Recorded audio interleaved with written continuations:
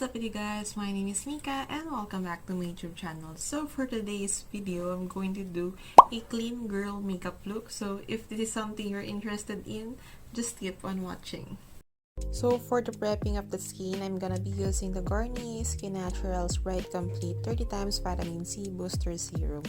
So this is my current favorite serum. Bigay sa akin ng girlfriend ng kapatid ko and sobra ko siyang nagustuhan. So I think bibili ulit ako ng panibagong bottle kapag naubos ko na to. Sobrang nakaka-lighten siya ng mga dark spots and ayan, nakikita niyo naman yung eye bags ko is naging dark na siya dahil sa sobrang pagpupuyat. Sobrang ganda nitong serum na to. Yan. So for my brows, I'm using the Brow Bizz Clear Brow Bar. So yun yung ginagamit kong brow soap. Sobrang ganda nito for me kasi manipis lang yung hair strands ng eyebrows ko at nag-stick naman siya into place. Yun nga lang, kailangan mo damihan yung product and sa unang lagay mo, kailangan opposite siya ng hair mo para kumapit yung product. So another hack for this, kailangan yung brows mo ay tuyo, walang foundation or anything para kumapit yung product sa kilay mo at hindi ka mahirapan mag-set.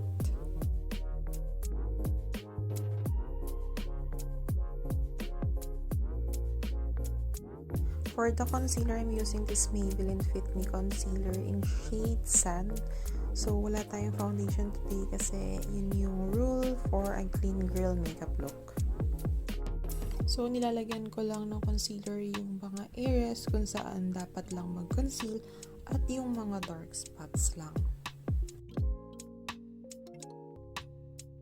So, I'm using this small beauty blender. So, nilagyan ko lang siya ng mist para mas mabilis mo ma-blend yung mga concealer na nilagay ko. So, ayan. I'm just blending and tapping it. So, tap lang ng tap hanggang sa mag-blend yung product sa face. Medyo nakakapagod palang gumamit ng maliit na beauty blender unlike dun sa malaki na parang ang bilis-bilis mag-blend tsaka sakop agad yung mukha mo. So, kung mapapansin nyo, hindi full coverage yung Maybelline Fit Me Concealer. So, kung gusto nyo ng full coverage na concealer, I suggest huwag nyo gamitin itong Maybelline Fit Me. So, another brow product that I'm using is this G21 Cookie Brows in shade Pretzel. So, sobrang ganda nito actually. At ito yung favorite ko ngayon na brow pomade. Sobrang nagtatagal siya, long lasting, at saka yun, ano ba? Pero mas maganda siya. Maganda siya i-partner sa brow gel. So, for me, this is a dupe for the LA Brow Pomade. Kasi yung recently favorite ko na brow pomade. Mura lang kasi ito yung G21 na Cookie Brow Soap na to. Parang around 200 pesos lang to sa Shopee. Eh, yung LA Girl Pomade, parang ano siya, 300 something. So, ayan, pinifiliin ko lang yung mga areas kung saan wala akong hair sa aking kilay. Ayan, para magmukha siyang full brows. Pero hindi sobrang harsh ng paglalagay para nandun pa rin yung parang look as a bushy brows. Kasi ganun yung look ng kilay kapag clean girl yung makeup look. So, actually, I've been planning na magpa-microblade ng kilay para hindi na ako mahirapan magkilay everyday. Pero, ako yung nagdadalawang isip kasi baka mamaya hindi ko magustuhan yung maging kalabasan ng aking kilay. Pero I'm still thinking twice, thrice kung gagawin ko talaga siya. So, by the way guys, I've been planning to create more makeup tutorials and videos. So, please let me know kung ano yung mas gusto nyong way ko ng aking makeup tutorial. If it is the voiceover or the chit-chat makeup videos. So, please let me know in the comment section. So, as you can see guys, hindi ko gaanong kinakat yung process and step by step ng pagkikilay ko para makita nyo yung paano ko ginagawa at paano ko na-achieve yung pagkakaroon ng bushy brows. Ayan. So, honestly, kapag talaga hindi groom yung kilay mo, medyo mahirap at time-consuming talaga sa pagkikilay. Pero, ang bushy brow kasi, parang yung effect niya kasi or yung para ma-achieve mo siya, dapat talaga messy look siya, ganun. So, medyo okay na din na medyo hindi pag-groomed yung kilay ko kasi hindi pa ako nakakapagpa-thread. So, ayan. Medyo okay na siya. So I'm done with the brows. So for the powder, I'm using this infallible L'Oreal Pro Matte. So I think it is on shade Natural Page 200. Ayan. So yeah, for the bronzer, I'm using this focallure. So hindi ko alam yung shade nito, pero ayan. Sobrang mild lang kasi nito. So soft bronzing lang siya. Hindi siya sobrang harsh. Nakita mo yung lines ng purple bronze. So, minsan ko lang itong gamitin kapag mga everyday use lang, ganyan. Tapos kailangan umaura. Ayun. So, yun. Ginagamit ko lately itong brush. So, from Shopee lang din yun, guys. So, I'm just linking din, guys, yung mga products and tools na ginamit ko dito para if ever gusto nyo bilhin, guys. So, yeah. So, hindi ko napakita sa inyo, guys, yung ginamit ko dito na shade. So, from the Careline Full Face Palette ng Play to Slay, yung dalawang shade ng brown doon. So, lalagay ko na lang dyan yung picture and yung shade na ginamit ko dyan. So, naglalagay lang ako ng parang thin line for the eyeliner slash eyeshadow para natural looking lang siya.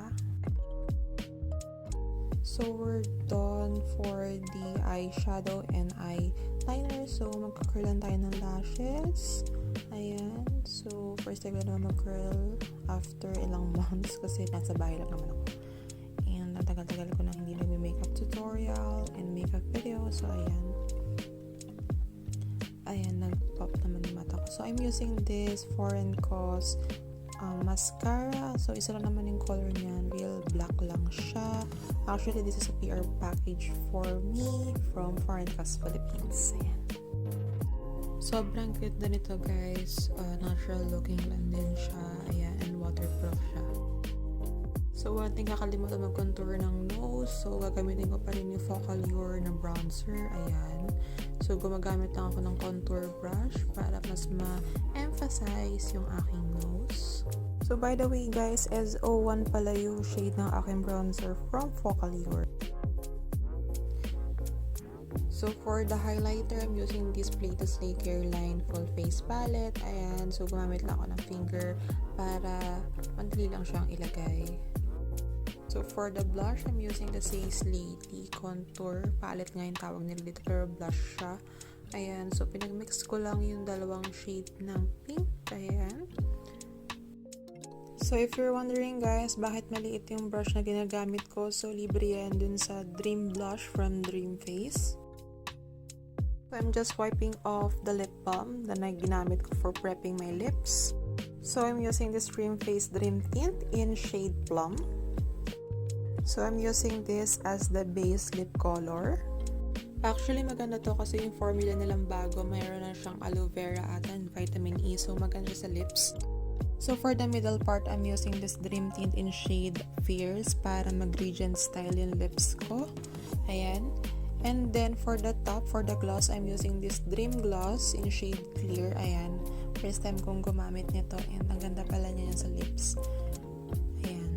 Feeling ko kasi parang kumakain na lechon kapag may naka-lip gloss. Sorry. Hindi ko lang siguro siya bet. Pero, ang ganda pala.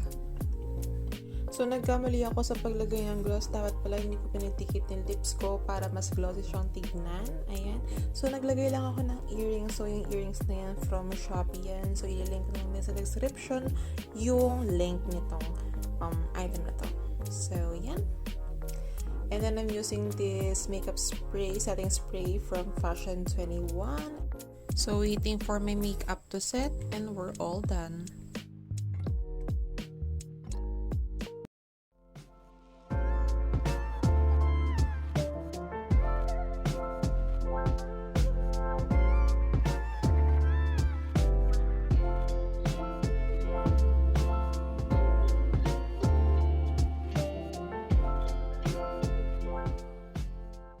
So that's it for today, guys. I hope you like this video. At kung nagustuhan nyo ito, don't forget to like this video. At kung bago ka lang sa channel ko, don't forget to subscribe and follow me on my social media accounts. Again, this is your girl, Mica Saguan, saying no hates and love. Bye-bye, guys. See you in my next vlog.